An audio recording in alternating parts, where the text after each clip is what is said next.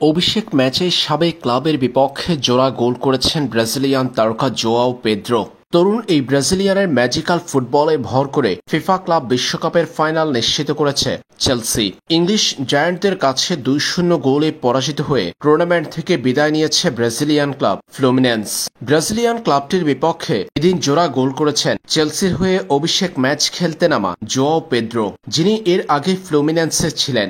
সাবেক ক্লাবের বিপক্ষে বর্তমান ক্লাবের অভিষেক ম্যাচে জোড়া গোল করে ফিফা ক্লাব বিশ্বকাপের সেমিফাইনালে জোয়াও পেদ্রো দেখালেন ম্যাজিক।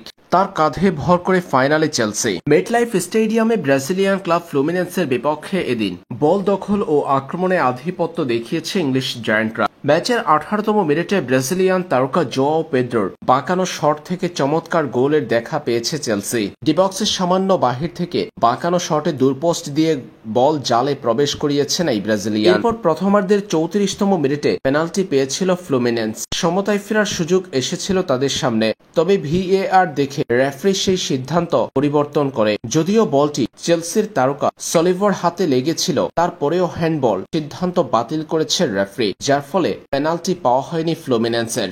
1-0 গোলে এগিয়ে থেকে প্রথমার্ধের খেলা শেষ করে চেলসি। পরে দ্বিতীয়ার্ধে ম্যাচের 56তম মিনিটে জোয়াও পেদ্রোর দ্বিতীয় গোল। বাকি সময়ে লিড ধরে রেখেছে চেলসি, যাতে করে 2-0 গোলের জয়ে ক্লাব বিশ্বকাপের ফাইনালে উঠেছে তারা।